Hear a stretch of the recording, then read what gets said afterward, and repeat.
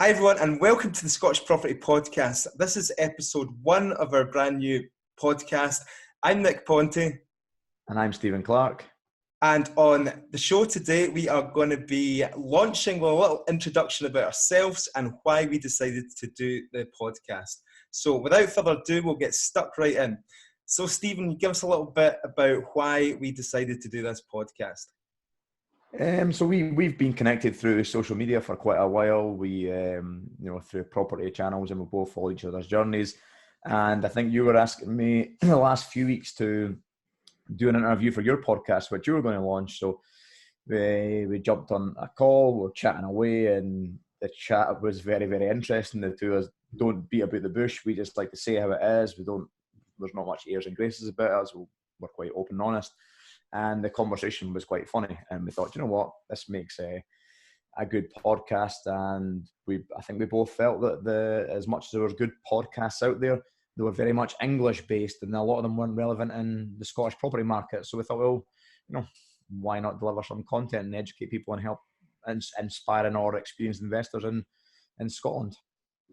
I think that's a good point. I mean, there are plenty of podcasts out there about property, but like you say, I listen to a lot of them, and quite often you're listening to them thinking about, they're talking about strategies like, lease options and HMO. Now, I know we do have HMO investing here in Scotland, but it's not a huge thing, is it?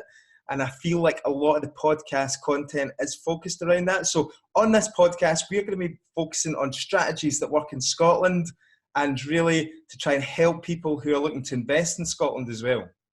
Yeah, totally. And I completely agree.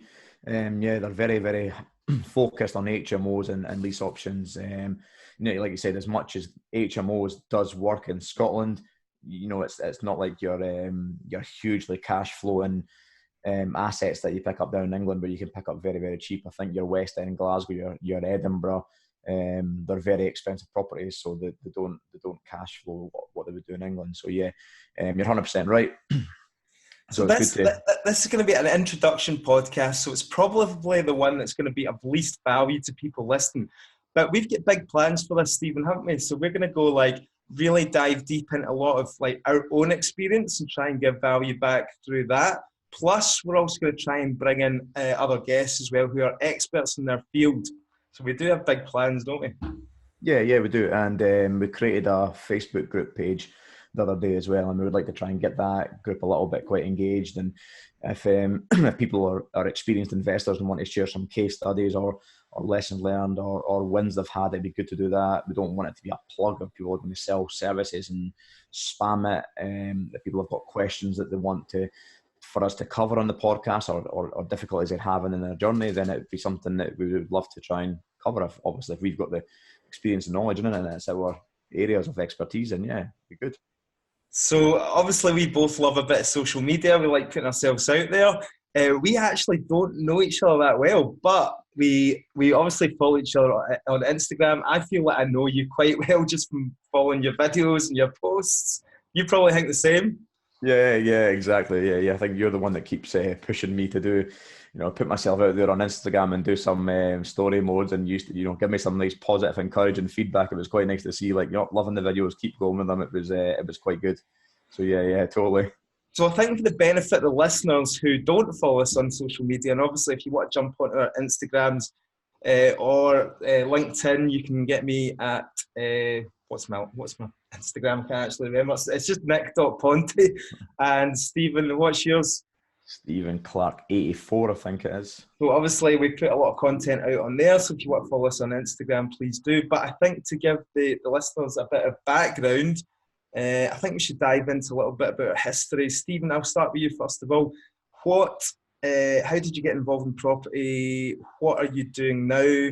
And just give us a little bit of background about yourself. Hi, good start, mate. I was quite obsessed with property from quite a young age. I don't know what gave me the drive, what gave me the focus on it. I think my granddad dying when I was 16. He died at 62-year-old, didn't quite reach retirement, and I always kind of thought, what the fuck's the point in life if that's what, you can't even make it to retirement to enjoy it. And, I looked at a couple of people that were quite influential in my circle at the time who were involved in property, and the financial or time freedom, I guess, I gave them kind of gave me a bit of a desire. So in 2006, I bought my first flat, a 1-bed flat in Inverkeithing for 58 grand. And at the time I was a second year apprenticeship on £4.36 an hour. You're going to realise this. In property, we all know our numbers. I remember all these numbers. This was, 14 years ago. Still remember the hourly rate to get this mortgage. But I remember thinking at the time that I was offered overtime on a Saturday and excuse me, the guy said, yeah, if you want to work every Saturday, you can. And I remember just looking at my wages saying, well, I can afford the mortgage if I work every Saturday. So, yeah, took myself along to the bank, got this 1-bedroom flat. Within a couple of months, had it ripped out, and the help of family and friends, kind of learning how to do trades and pick up tiling and plastering and fitting boilers and the stuff you probably shouldn't be doing. But yeah, completely hands-on, done everything myself in the property, except with the help of friends and family. It was really, really good. Nice learning curve, and I'm sure it was about 18 months later, I'm in at the bank and they're saying, oh yeah, with the housing price index, you can release £19,000 from your flat. I'm thinking, fuck, this is great. Property prices just keep going up. Everything was rosy tinted glasses. Yep, no problem. I'll pull money out of this flat. And bought a 3-bed semi-detached house in Cowdenbeath, and then about 2 months later, the market crashed in 2008. Oof. So I was left with it wasn't a very nice start. Good start, yeah. So yeah, I feel that's something you don't put on social media. You don't put the negatives, and no one wants to see the negatives and the moans and the gripes and how real it is. But we did say that as part of this podcast, we got to show people the real side of the property. This is fucking hard work, and this is the stuff you do. No bullshit is going to be on this podcast. We're going to reveal everything, even we're going to share. If we've had a hard week, we're going to come on here and we're going to say this has been tough. This has not worked out. We've failed. We need to try again. Whatever, And I mean, and I guess for me at that time, at what would have been 22, 23, I think, I don't know. Licking my wounds with negative equity and 2 properties, and by up at a nice high point, thinking at this age you're starting to go on this nice roller coaster, you're going to start making it, this is going to be exactly the way you pictured it, to not. So I think it was probably about 6 months to a year later, because I'd paid attention to the market religiously for years. I kind of knew the market inside out in my local area, and and I know that people say stick to a gold mine area, but in my areas in Fife, because of where I grew up, where I was born, and moved to a different area, went to school in a different area, moved down to Dunfermline where I'm at now, I knew pretty much all of Fife, so it was nice to know all these areas. So there was guys I was working at the time, and they were looking for their houses, and I remember looking at what they were seeing on Rightmove, just chatting away. And I was like, holy shit, this is what you're picking houses up for. Obviously, these were the repossessed properties coming on the market. Mm-hmm. What year is this? What are you talking about? What year? Probably 2009, 2010. Right, okay. Yes. So going into the crash, you had one property? I had one flat and a 3-bed house we moved into. Right. So yeah, I rented the original 1-bedroom flat. I haven't moved into the 3-bedroom house for my girlfriend, my wife now. Okay. When you bought that property as an investment, that one flat, that was going to be was that going to be an investment, or did you live in that originally, or? Live in it as well, but it was a case of, add the value, do the refurb, move on, rent that one out, do this, rinse and repeat. Right, so you had a plan with that, right? You had a plan what to do, then the market crashed, and then you couldn't, refinance, or? Well, I mean, I was kind of stuck there because I'd overpaid for the 3-bed house that I was in, and that was my next project to do the same again. Negative equity, right? Negative equity. Wouldn't have been able to sell the flat because I pulled the money out to put it in the house, so I was kind of stuck in a position where that's me. I've went as far as I can go. There's no other route out. So just to explain to some listeners, because we're going to be catering for all sorts of property investors, experienced guys and people who are just starting out. So for the people who are starting out, when we talk about that crash back in 2008, and I had a couple of properties myself then, and a lot of people fell into negative equity. Now, what that means basically is that if you wanted to go and remortgage, say the property was worth 100,000, say you bought it for 100,000 and the value dropped, say it dropped to say 80,000, and you wanted to try and remortgage at the original value that you got it for, you wouldn't have enough equity tied in there to give them that, say, 20% deposit. So they wouldn't lend to you. You were stuck basically in what you had, weren't you?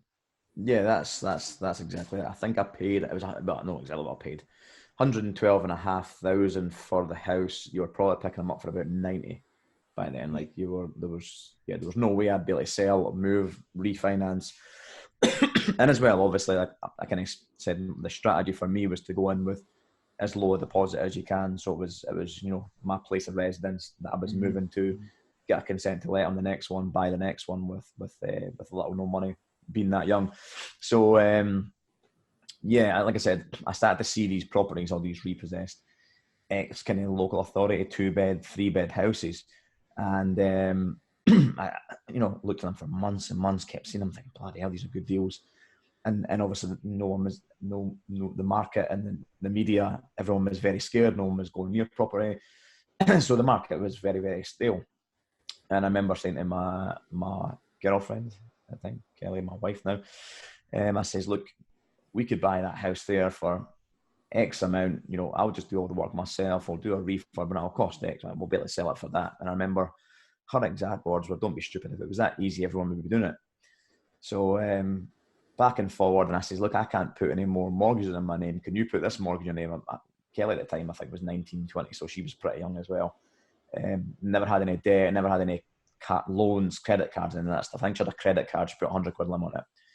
He says, what you got to do for the deposit? I says, I'll put on my credit card, that's okay. So I'd convinced her to put a mortgage in her name. I'll put the money on my credit card and stuff, and we'll do this house up, we'll sell on, and there's the profit. It's like low risk, right? Aye, what could go wrong? So straight up. 2 days before the completion date, and so obviously the solicitor's phoning her, yep, so how are you paying for the deposit?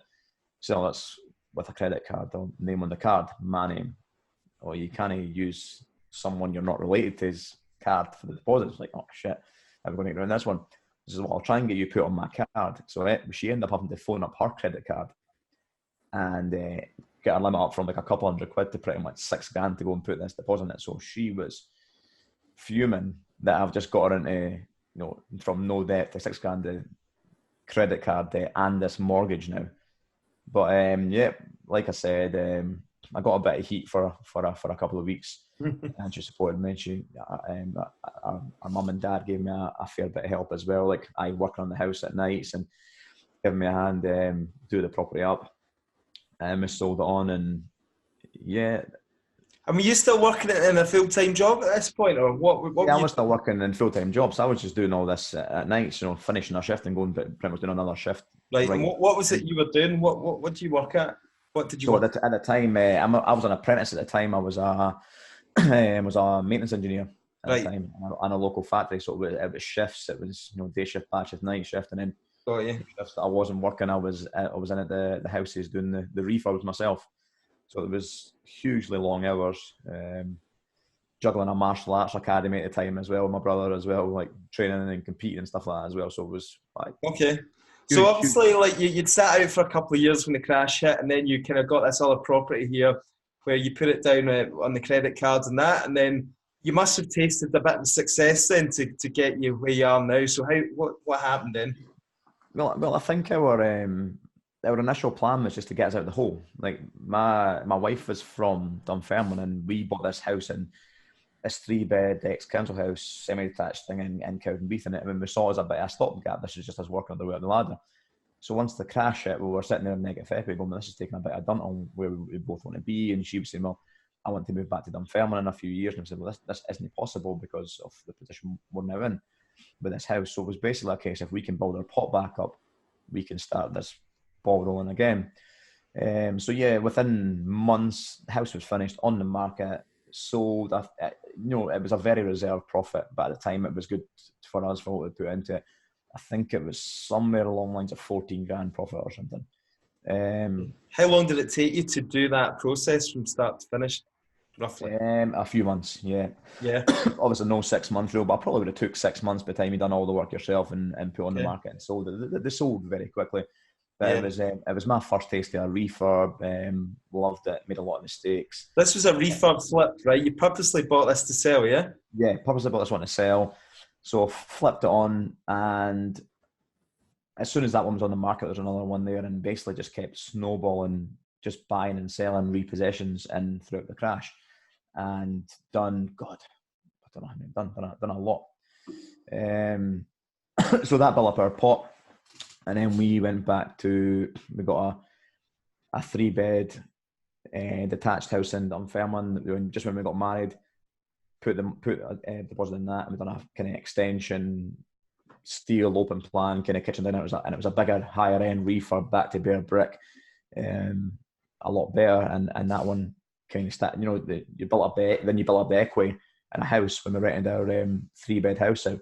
But at that time, I think I'd added 2 or 3 into my portfolio, maybe a little bit more.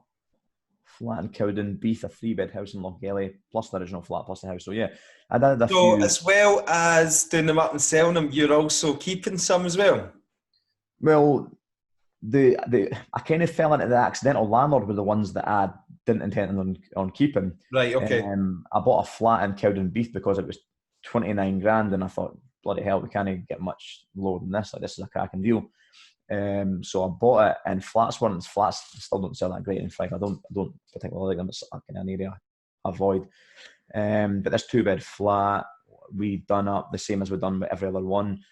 Done it a couple of months, went to put on the market at 55, 60 grand, and it didn't sell, and it sat on the market for months. Mm-hmm. So it sat on the market, I was like, well, let's go to plan B. Let's just rent this flat out. And then we got a taste of, oh well, that one makes us a lot bit of rent. My 1-bed flat there makes us a lot bit of rent. I think we rented out the 3-bed house in Cowdenbeath and moved to Dunfermline, so that was making a little bit of rent.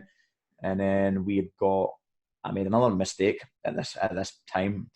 Bought a house off Future Property Auctions and didn't realise it was a non-traditional standard construction. You know, it was a steel frame thing.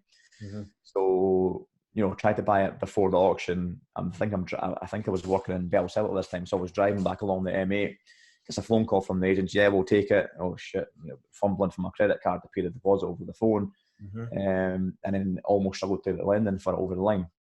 But once I refurbed that house, put on the market, and I put on the market with an estate agent called Express Estate Agency. You ever heard of them? Yes, yeah, I remember them back in the day. Not so much. I don't think they're about now, but they are in Aberdeen a little bit now. Oh, are they? Okay. So, you know, they promise you the world. We'll sell it within 12 weeks, pay no money, and all this kind of stuff. What we do is we market it so low. We've got a team of 200 negotiators that negotiate your price right back up. And I said, look, that's not the way this works in Scotland. This may work like that in England, but it doesn't work like that in Scotland. And they're showing me like the brochures with, here's what we've sold the last 2 weeks in Scotland in the sale. So I gave it a bash, and bearing in mind that I think the home force came in this time. Yeah, I think they did. It came in at 85,000. I think I bought it for 50, spent 10, so they're letting more profit in these now. And they marketed it somewhere like offers over 52 grand. And I was like, look, how are we going at 52 grand to get the 85? And he says, what's your low point? I says, I'll take 78. That's where I'm wanting to go at. Within days on the market, it was like, yeah, you've got an offer of 61. We've got an offer of 62. But I was like, no, that's not what we fucking agreed to. Like, so, I made that mistake, and then I went to my local estate agent and say, oh yeah, can I put this house on the market with? Oh, what's someone put in at 85? So you've not been trying to sell it with Express Exchange Agency for 52 grand? And I was like, yeah. And I explained the situation. She says, look, you are not going to sell this. People are just going to think you've bought it there and you're just trying to make a quick 30 grand on it by selling it right on. He says, you've got to just, keep a hold of it, put it off the market for a couple of years. So I basically rented that property out for a few years as well. Yeah. And that was the nightmare tenant, which I'm sure we're going to cover at some episode. Yeah, so this is absolute gold, guys. So like when we're talking about this sort of stuff, these are mistakes that you have made personally, Stephen, that all our listeners are going to benefit from. So if you're new to property investing, right, and you don't know what non-standard construction is, and you've never bought an auction before, we'll dive into all this stuff. We'll tell you, and you'll be able to save yourself a lot of grief. So I think we are going to bring a lot of value here.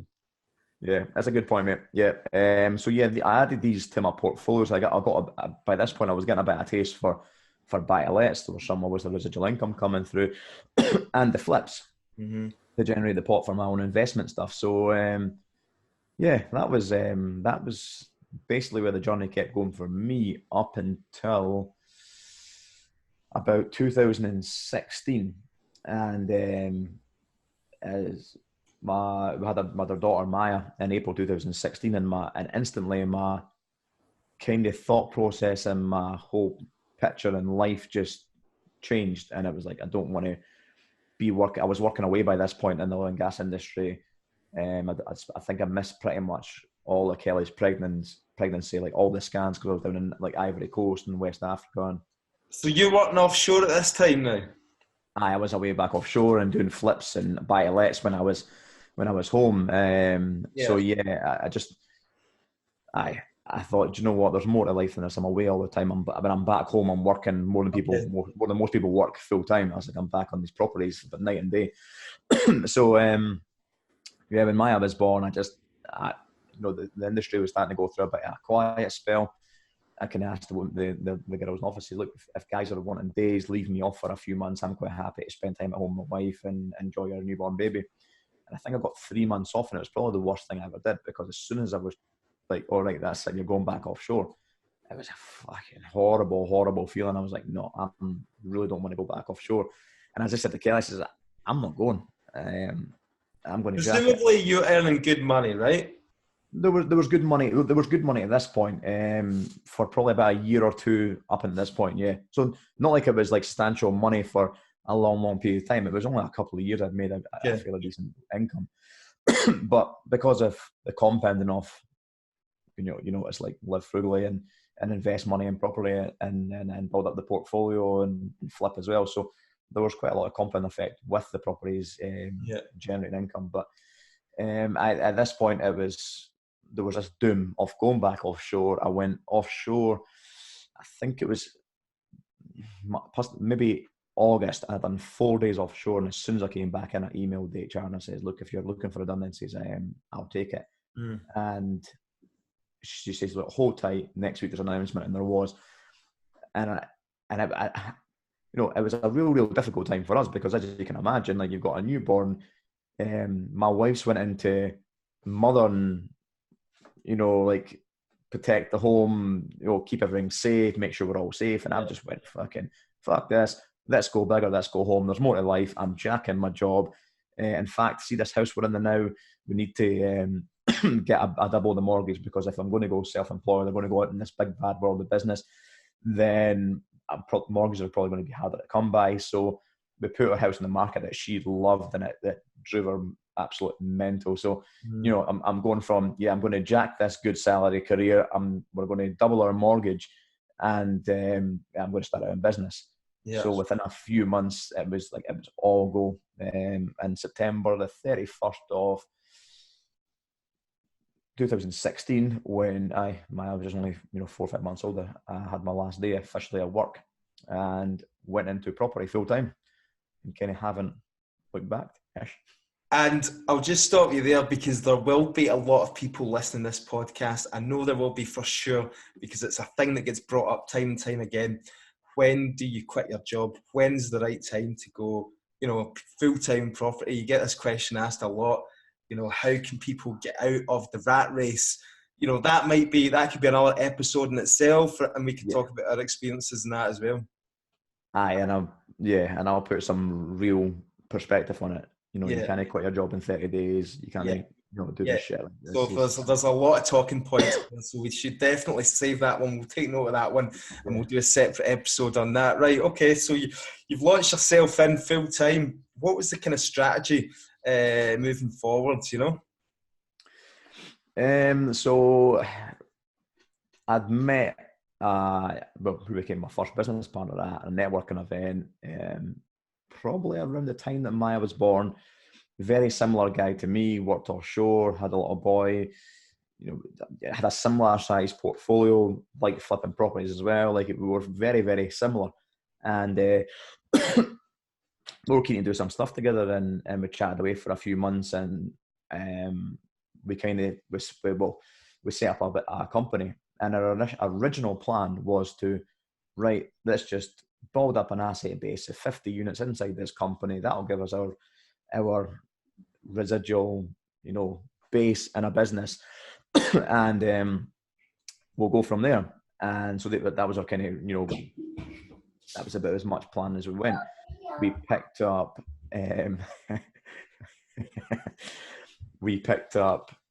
real raw and relevant, mate. We picked up the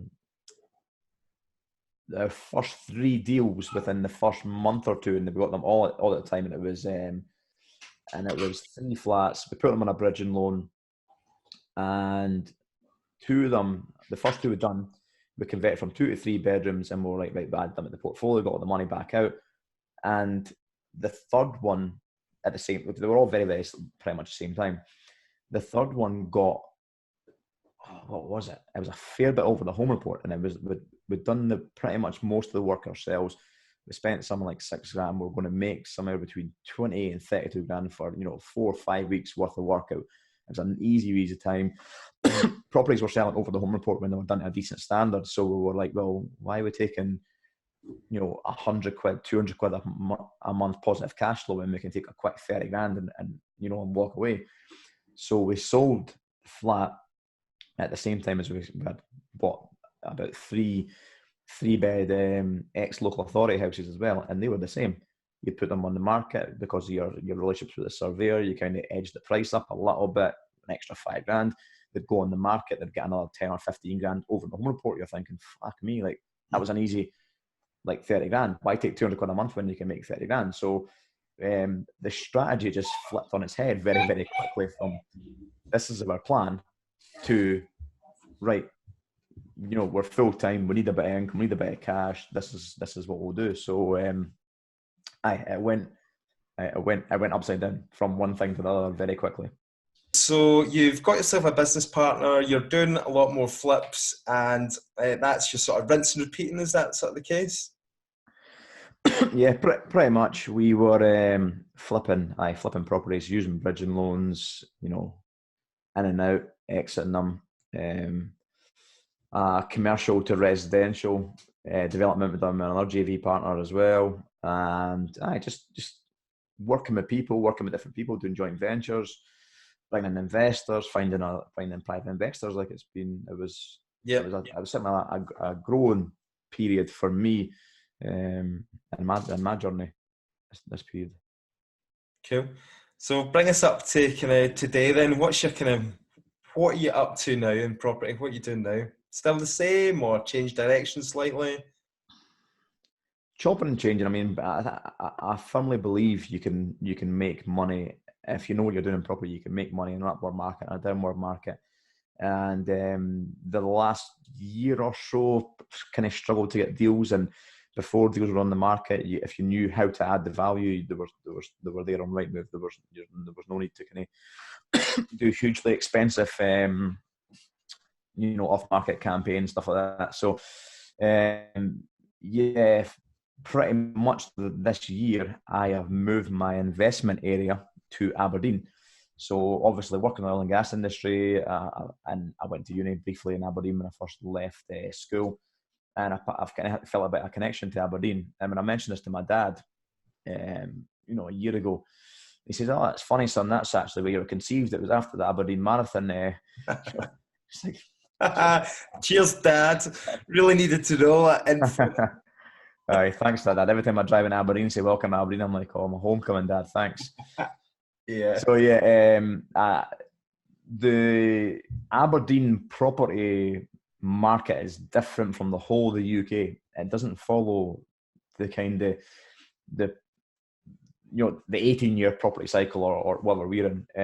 It follows the oil and gas price. So if the oil and gas price is good, the economy's booming up there. There's jobs, there's money, there's movement in the economy. The property market's high.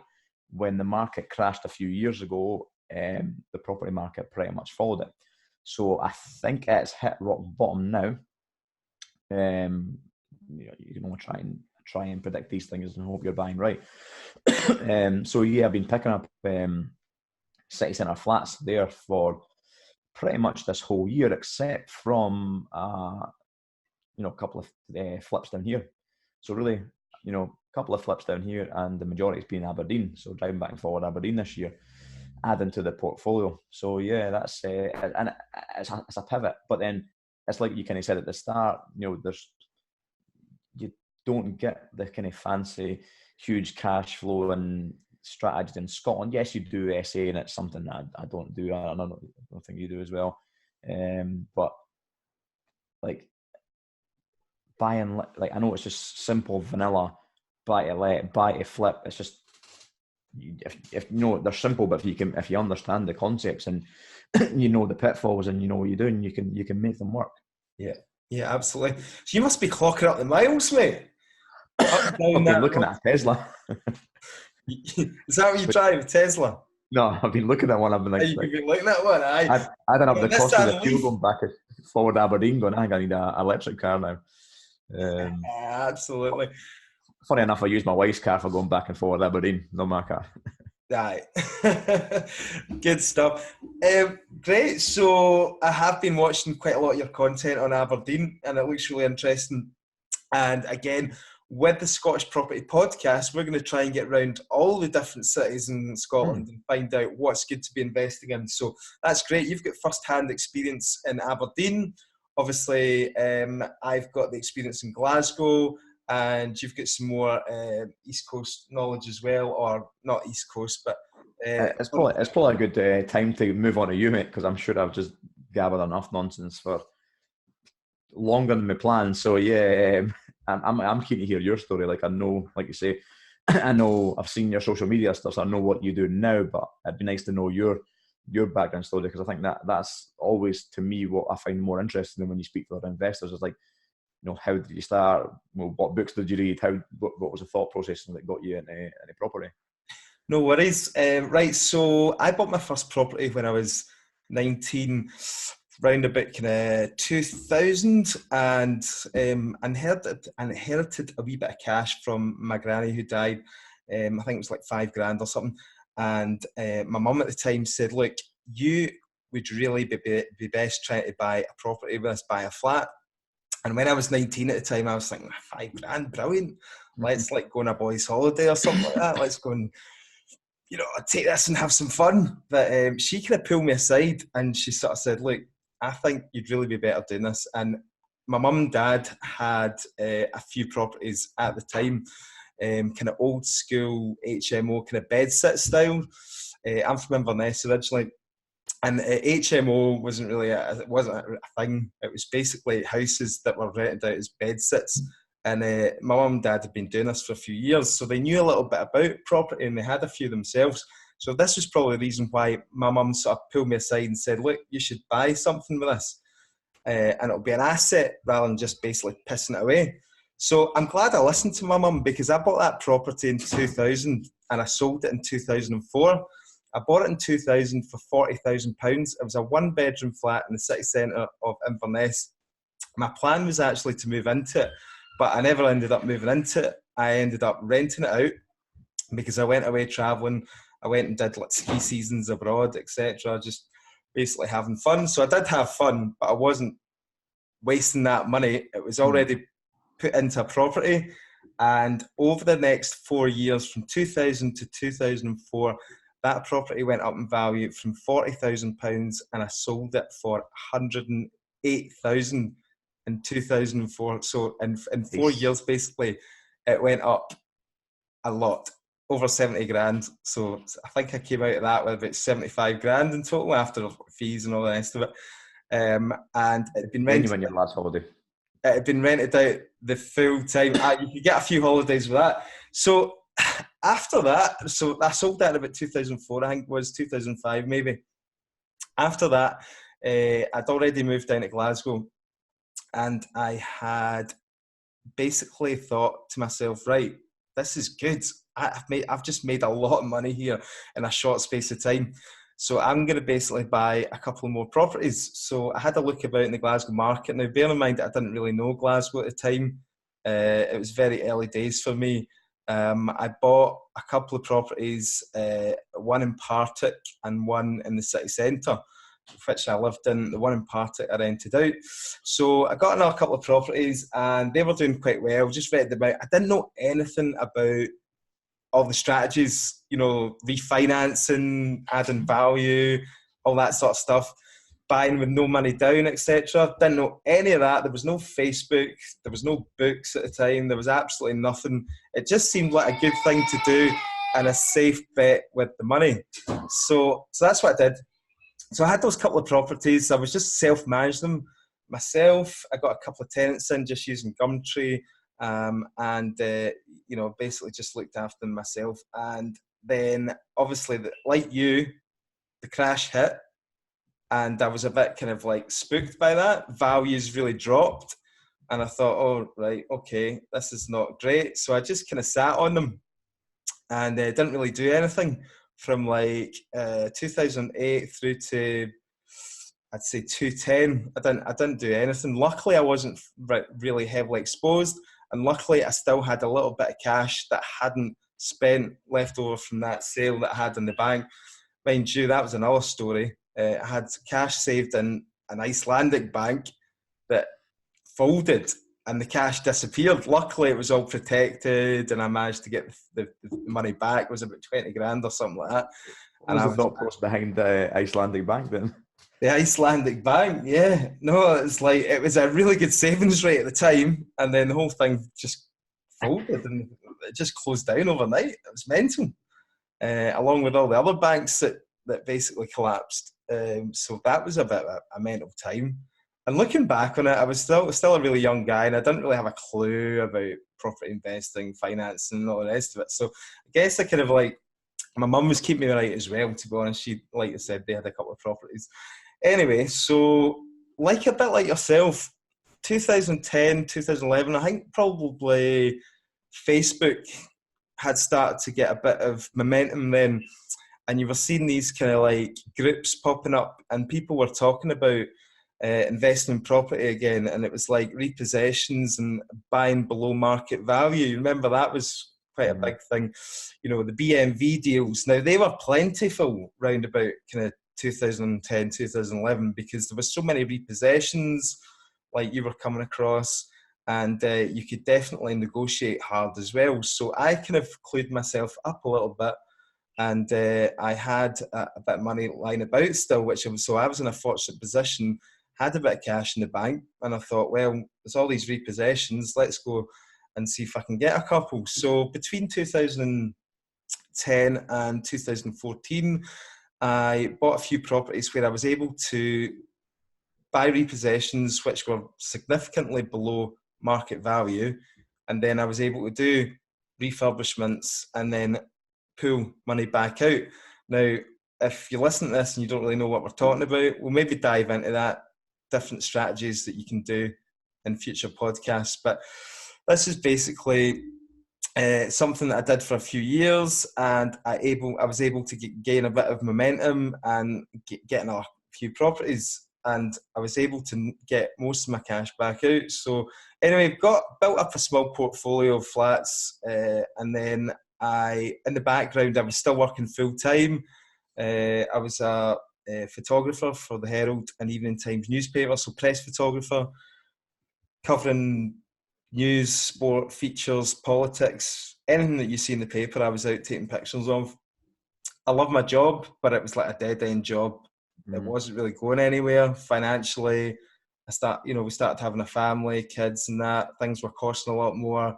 Needed that extra income. And I thought, well, this is why I'm doing the property, because it's bringing in this extra income. But it got to a point where we'd built up a few flats, and my mum had been investing this time as well. So we had a few flats that were rented out, and quite a bit of my time was actually taken up doing, managing the tenants, property management, doing repairs and all the rest of it.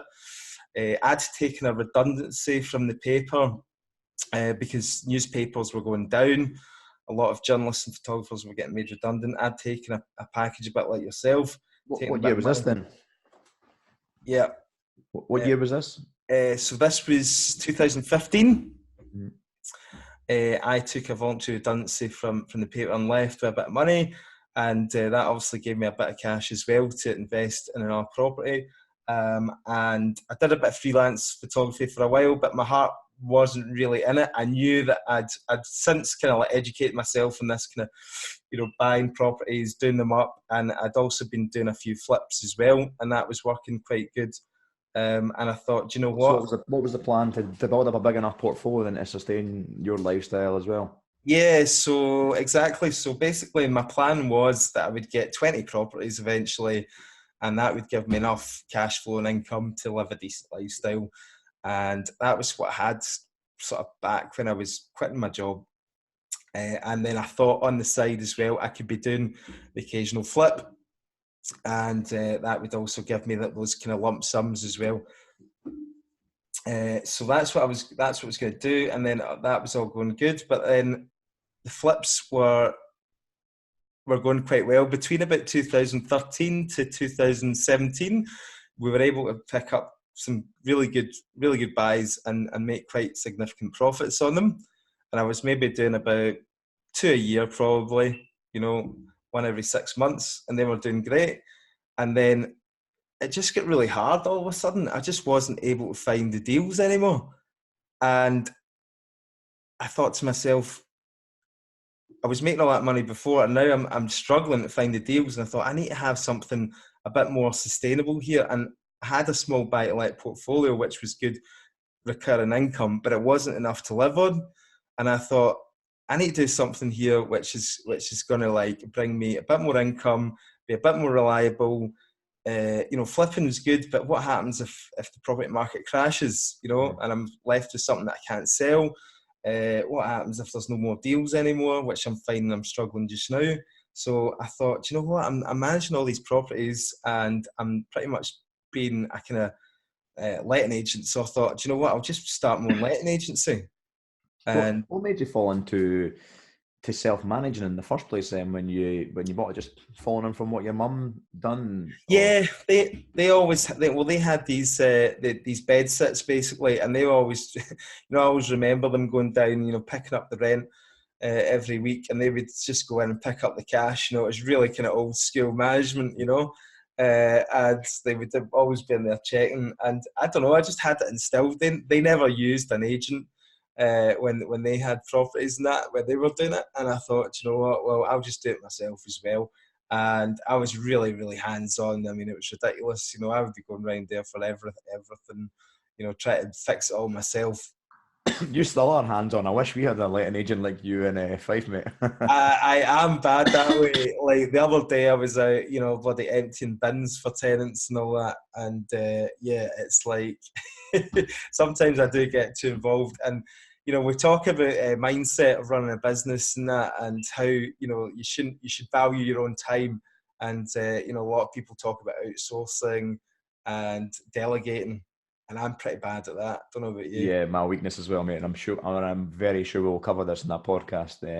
Exactly. I cannot help getting my hands dirty on a refurb and getting in and ripping it out. Yeah. So basically, so basically set up a letting agency in 2017 with the view to adding my own portfolio onto it, and then eventually employ a property manager to look after my portfolio and all the other managed properties that I look after on behalf of other landlords. And that's the kind of plan really still. I am hands-on and I'll continue to be hands-on. I've got 75 properties now. Some are mine and the others are all managed. And I am solely focused on that myself, with a wee bit of admin support from my mum, who actually likes she likes something to do because she's retired, so she's quite happy doing a wee bit of the kind of background admin. How did you find picking up landlords, being an experienced investor? I think that's what's helped me, to be honest with you, because obviously going into the lettings agency, there's a heck of a lot of competition out there. So I think that kind of what cuts me from the rest of the pack is that basically I'm active and I'm investing property, and my clients predominantly are other people who are doing the same thing as me, who are wanting to build their portfolios. So I kind of give them that support, and part of what I do now is I help other people find the properties, and manage any refurbs because I've got the team now that can do all the work. And people like that because it's almost like a partnership, but obviously they own the property and they're just paying me a management fee. Yeah, you get a decent property that you've kind of helped them, guide them to the right property that you would want in your portfolio, the right tenant you would like, and obviously if the refurb's been done to a decent standard, then you're hoping that the maintenance issues will be less going forward. Exactly. So it works hand in hand, and it means that I'm kind of almost, I've got an investment in the property as well. People talk about sourcers and people sourcing properties from investors, but I have to question a lot of the time how good a lot of these properties are that sourcers are trying to flog off, for a couple of grand or that. Do they actually believe these are really good investment properties, or are they just trying to make a quick buck by passing them on? Whereas I don't want to be stuck with a total shithole. So the stuff that I'm sourcing from people are good quality properties that are going to rent out to good tenants, because I don't want the hassle dealing with arseholes that are not paying their rent and all the rest of it. Yeah, that's a good point. You've got invested interest in that. Yeah, that's a really good point. Exactly. Yeah. So that's the way the business is going just now. It's small, it's manageable. It gives me flexibility over my personal life as well, and a bit like yourself, we've both got kids, and that's one of the big priorities. Yeah. No, that sounds quite good. We seem to have got a very similar background, except I didn't get as good as you, making 75 grand in my first. Do you know what? That was the first one, and I've never made anything like it since. So, to be honest with you, a lot of that was timing. Do you know what? Looking back on that, Inverness went absolutely crazy. Seeing the early 2000s, right the way through to that kind of 2006, 2007, Inverness just went exploded. Did it give you the bug then? The very first deal, obviously making that kind of money. Did it just give you that wow? Do you know what? Looking back on it, it did, but I didn't realise. I don't think I appreciated it because I was still really young and naive, and I didn't really know. I mean, I knew it was a lot of money, but I think I just wasn't knowledgeable. See, if I rolled back the years and I was at that point, and I knew now, I knew then what I knew now, in terms of how I could have invested that 70k. I could have split it up a lot. I could have made it go a lot further if I knew what I did, if I knew then what I knew now. I find it very interesting that as much as we we're not young guys, but we're not exactly old. Because we've been in the game for such a decent enough period of time, we've saw a recession. Yeah. And we're not somebody that's just, stepped on our course, came off it, thinking that property prices just go like this and you'll always do well and everything's going to get over the asking price like that at the moment and stuff. So it's nice that we saw the good and the bad, and we've been stung as well as having these good successes as well. I think it puts you in a better perspective to look at markets differently and look at what's happening in markets. And like you say, you're saying you can't find deals. You maybe can, but you know what a deal looks like. There's someone that's looking at a deal maybe goes, oh yeah, well, I'll make the refurb work less. I'll get more on the end value. You're going, no, I know what a deal looks like. This is my numbers. I've done enough of these. This is what I'm sticking to, and that isn't a deal. Whereas somebody might jump on that and go, oh well, it is because I can tweak them. So yeah, it's interesting. And you've recently added in sales into your business as well, haven't you? Just started out doing the sales as well as lettings. I've got to say that I don't know if it really suits my character. I find the sales, you really have to be, it's a lot of bullshit in sales, and you have to kind of play the game. I'm very straight talking. I'm going to give it 6 months. I'm going to see how it plays out. I've got the Rightmove account, which is really costly. And I'm going to give it my best shot. I try and be as transparent as possible in business. That's just my view. And I think possibly that might be my downfall in estate agency. Because I think if you're too transparent and too honest, that could possibly counteract against you, have a detrimental effect. So we'll see. It's very refreshing to see you doing lets and sales, because I mean, I rub up people the wrong way on social media sometimes as well when I kind of hear investors talk about, ask the local estate agent for a price on your end flip and end value. And I'm just like, no, fuck it. It's your money, or it's your investors' money, that you should have the expert knowledge, not relying on something that's an employee getting paid an hourly rate to dictate whether you lose your own money. I was like, that's just ridiculous. But to have someone like yourself that's sitting in that position going, no, I'm still building my portfolio. I'm an investor first and foremost. I put my money where my mouth is.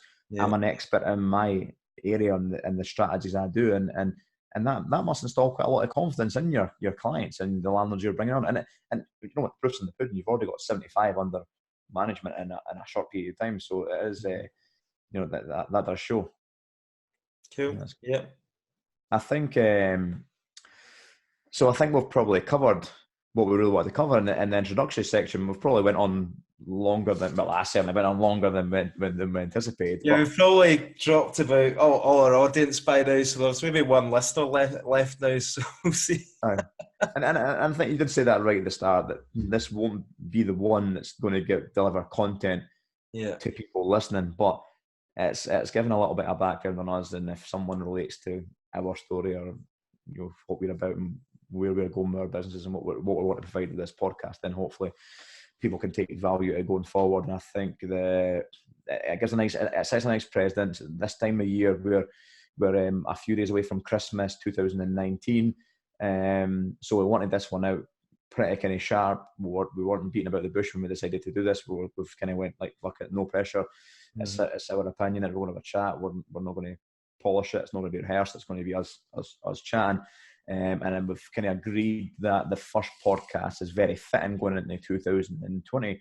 We'll look at our goals more, but we'll look at goal setting, and we'll look at our goals going into 2020. So we've got a few podcasts planned quite quickly that we're going to hopefully jump into. Have you got anything else you want to add, or I just want to emphasise that it's going to be a mixture of our own personal experiences, so as well as plenty kind of value content and educational stuff as well, hopefully, and we're going to try and pull in the occasional interview too. Yeah, no, that sounds good. I am looking forward to pulling in people, or hopefully attracting people that want to be on our podcast and have a chat with us as well. Yeah, that sounds good. I think another couple of things we need to mention is, Stephen, you've set up a Facebook group, I believe. Yes, I did. We will start chucking the invites out there to people in property we know that are in our network. And if you want to go, Scottish Property Podcast on Facebook. We've not put any content up there yet. We'll post the links to the podcast as they get put out. And I think you'd suggest as well, Nick, that we could put up case studies and stuff like that, and hopefully encourage other investors out there that want to be part of the community to put up case studies. And if people are starting out or want to know something or cover a topic, you've already mentioned a few topics we're going to cover already. So we're not going to be short of things to cover. But if people have really got any pressing concerns or any questions, you've got an introductory to who we are and what we do. If you think that we could help what you're looking for, then by all means go on that page and post on there and ask for the topic to be covered, and we'll happily chat about it as part of one of the podcasts. Absolutely, and we want to try and form a real community as well. And I think sometimes there are other groups out there, but they do sometimes get a bit kind of, it's the same. You tend to find that it's a lot of people that are kind of touting their services. And, it's the same old posts like, I'm guilty of it as well, looking for plumbers or tradesmen and all the rest of it, and there's not that much discussion really going on. So what try and get that community going, get that discussion, active people as well as, newbies as well. Yeah, 100%. And I think this is one of the biggest motivations for me personally to do the podcast. I quickly realised a few years ago, like going from doing everything myself, doing my own buy-to-lets, doing my own portfolio, doing my own flips, that property's a lonely game. And the minute you start, I didn't realise about Facebook page like you did years ago. It's only been a few years for me. So to know there's people out there and to chat and have a coffee and go to networking events and meet with these people and do things like this, I very realised that property isn't about property. It's about the people, and it's about the relationships with the people that you build with. joint venture partners or investors or a management agency or an estate agency, surveyors, your solicitor, whoever it may be. It's all about the people and the relationships you've got.